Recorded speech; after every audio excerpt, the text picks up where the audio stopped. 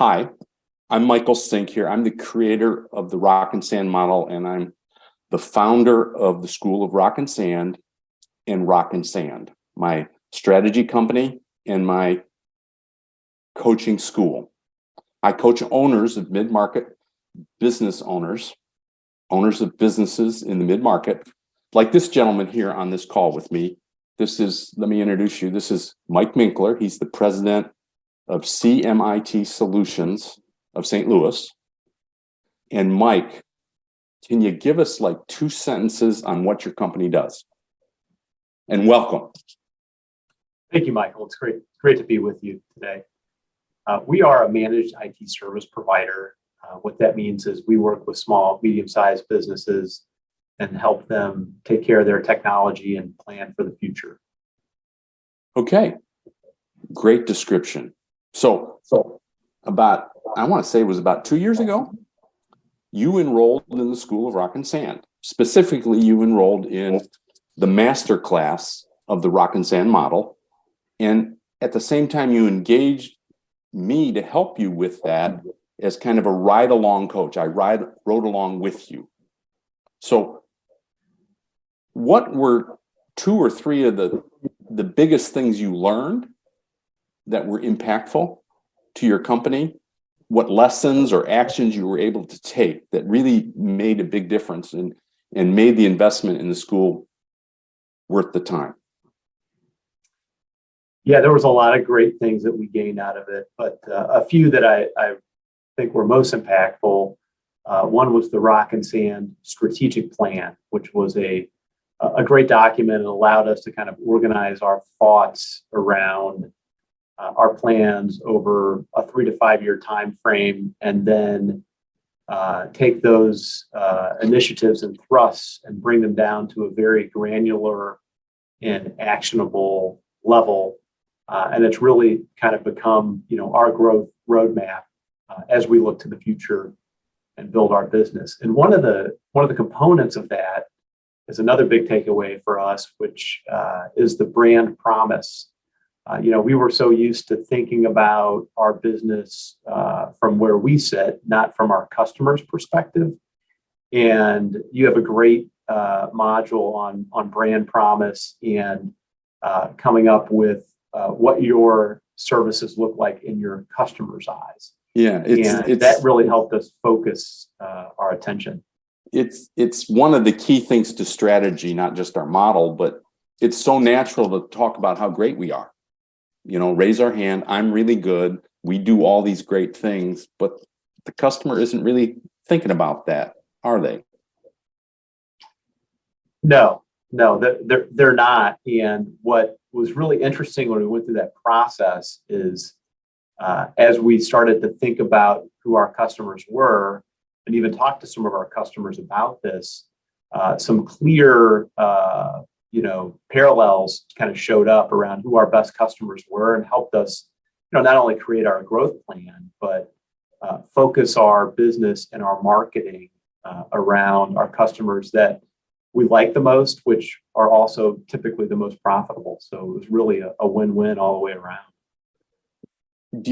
Was there one particular thing about what core customers, why they're buying and why there's a brand, what your brand promise was? Was there one thing that jumps out in particular that you learned?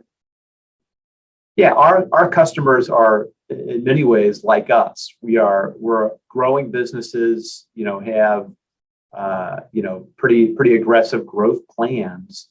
And we found that those are the types of businesses that can benefit the most from our services and see the most value in what we do for them and eliminating chaos when it comes to technology. So your brand promise is kind of like eliminate that bucket of chaos that you fight. Yeah. So you can focus on the real thing. Exactly. Good. Yeah. Anything else?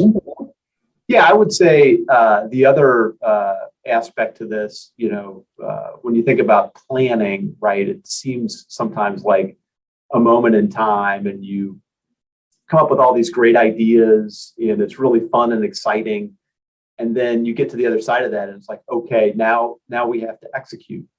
And your system got us on a great path towards a meeting rhythm to not only work on the plan, but then start to, like I said before, get more granular and actually begin to implement some of these changes, prioritize rocks and get rocks completed by following a roadmap of meetings and ways to kind of tie these rocks back to our strategic plan.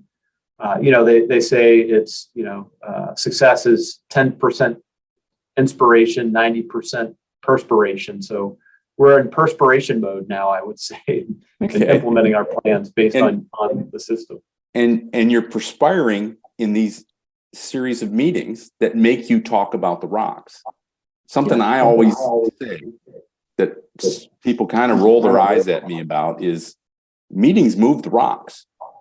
You don't need to have a ton of meetings, but you have to have some meetings where you're talking about the rocks, not just the stuff that comes at you every day, which is the customer order or the problem the customer has or the thing you're doing for the customer. Everyone knows to do that first. But the things that improve the business, that get pushed to the back. So you got to talk about these things in a regular way.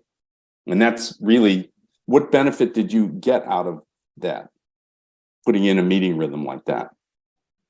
I think that it just allowed us to set aside time where we were focused on the rocks, not the interruptions, right? So much of our days we spend working on very urgent but not important things.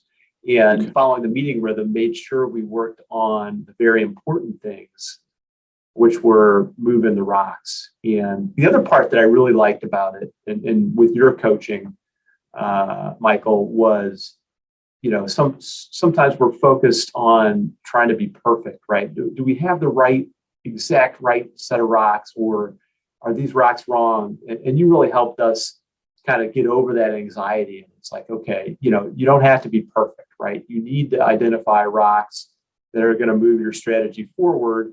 And through the meeting rhythm, you have a continuous opportunity to kind of reevaluate, reassess, redefine, and kind of re-strategize. And that's what I like about it. It's somewhat of an evergreen process that you're continuously going through. And, you feel like you're always in year one of a 3-year plan, right? So you're always kind of reinventing and reprioritizing through that meeting rhythm process. Yeah. Rocks, it's like they have to be good enough. In the process of moving it, you get it as close to perfect as possible. And then you move on to the next one. Right. Right. Don't agonize.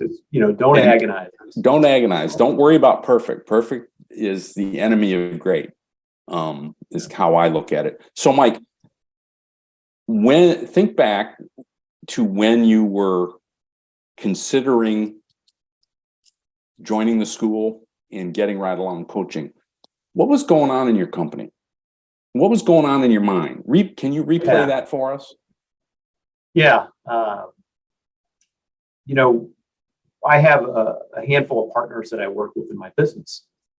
And I realized that we were all sort of going off in our own directions, working on our own things, and had different ideas about priorities and importance and what we should be doing to move the business forward. We all wanted to grow. We all had, grand plans and ideas on how we wanted to grow, but we just weren't aligned in what we were working on. And it was causing some conflict and some friction. And I started to read some books, get a grip, traction around the EOS model. I read Scaling Up by Vern Harnish, and was going down this path of reading these books, and I got really confused. I'm like, how do I get started on this? So Rock and Sand model made it easy to figure out. It's not an easy process. I don't want to say it's easy to do this, but that's when you and I started talking, and you introduced me to the Rock and Sand model and the book, which was a very straightforward easy to read, fairly brief. It's hard to be brief, right? But pretty brief and to the point around strategic planning, and pulling on the best concepts from these other models that really fit for us and the size that we're at, and the capacity that we have for embarking on our strategic planning process. Good. So it's been a good experience. Yeah, I mean, it was going through the process was great, and now that we're in execution mode, we're really seeing it pay off, and that we're working on the right things, and we're in alignment, and communication's great, and we're doing the meeting rhythm and pushing rocks into the hole, filling up the sand faster. That's what it's all about. Good. Can you give us a sense of perspective without giving away, the store? Mm-hmm. How much have you grown in the past 2 years? Yeah, our growth has been, very strong. We've grown about 30% over the last 2 years, and see that pace, continuing as we move into the future. And as you're growing at that level, it creates a whole new set of challenges and opportunities, and those turn into rocks, and we keep executing and growing, and we've got to, I feel confident in our process to be able to handle the changes in the growth. So that trajectory is going to continue, is basically what you're going to say. You're saying.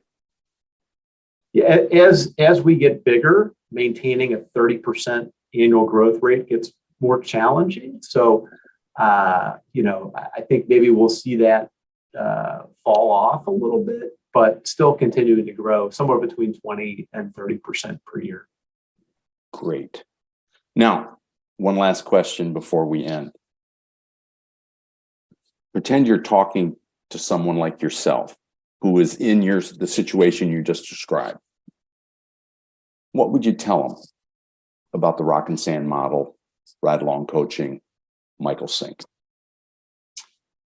I would say for those individuals and businesses that are in growth mode and need to implement a strategic planning process, that they can do very efficiently, that your model is excellent, because it's at one time a kind of self-paced approach, right, with the modules and the training through the School of Rock and Sand, which I did a lot of those trainings after hours and not taking up core work time, as did other members of my team.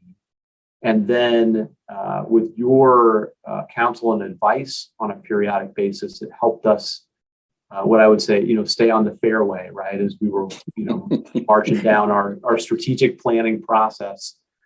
So it was a great combination of content and coaching that was appropriately sized for where we were and where we are as a business. So I'd say someone who's read the books, is getting confused, is looking at reaching out for professional help with their strategic planning process, they should definitely consider your model, because it is a great way to get started. Yeah, I like the way you say that. Keep the ball in the fairway. I used to play golf. I got so frustrated by it that I've stopped. But it's basically keep the ball out of the rough, and you get in the rough, and then you hit it further into the rough. It's like, no, we need to stay between the edges of the fairway. And I love the way you say the Rock and Sand model and the coaching help you stay right there on what you need to do. Yeah, absolutely. Mike, thank you for spending this 30 minutes or so with me talking about what you've accomplished with the Rock and Sand model. If you're watching this and you're interested in learning more about the Rock and Sand model and the School of Rock and Sand, I suggest something real simple. Go to my website, rockinsand.com. That's rock, letter N, sand.com. And then you could kind of go across the top and push the button for school, or you can just go straight to the school. And that website address is school, rock, the letter N, sand.com. And just about every page on my website, there's a button that says schedule a meeting with me. And all you got to do is click that. It gets you to my calendar and puts you down for 30 minutes, and we'll just chat about what the right solution is for you. Mike, thanks so much for this time today. Great success. I know it's going to continue. And you just go have a great day today. All right. Will do. You too, Michael. Thank you. Mm-hmm.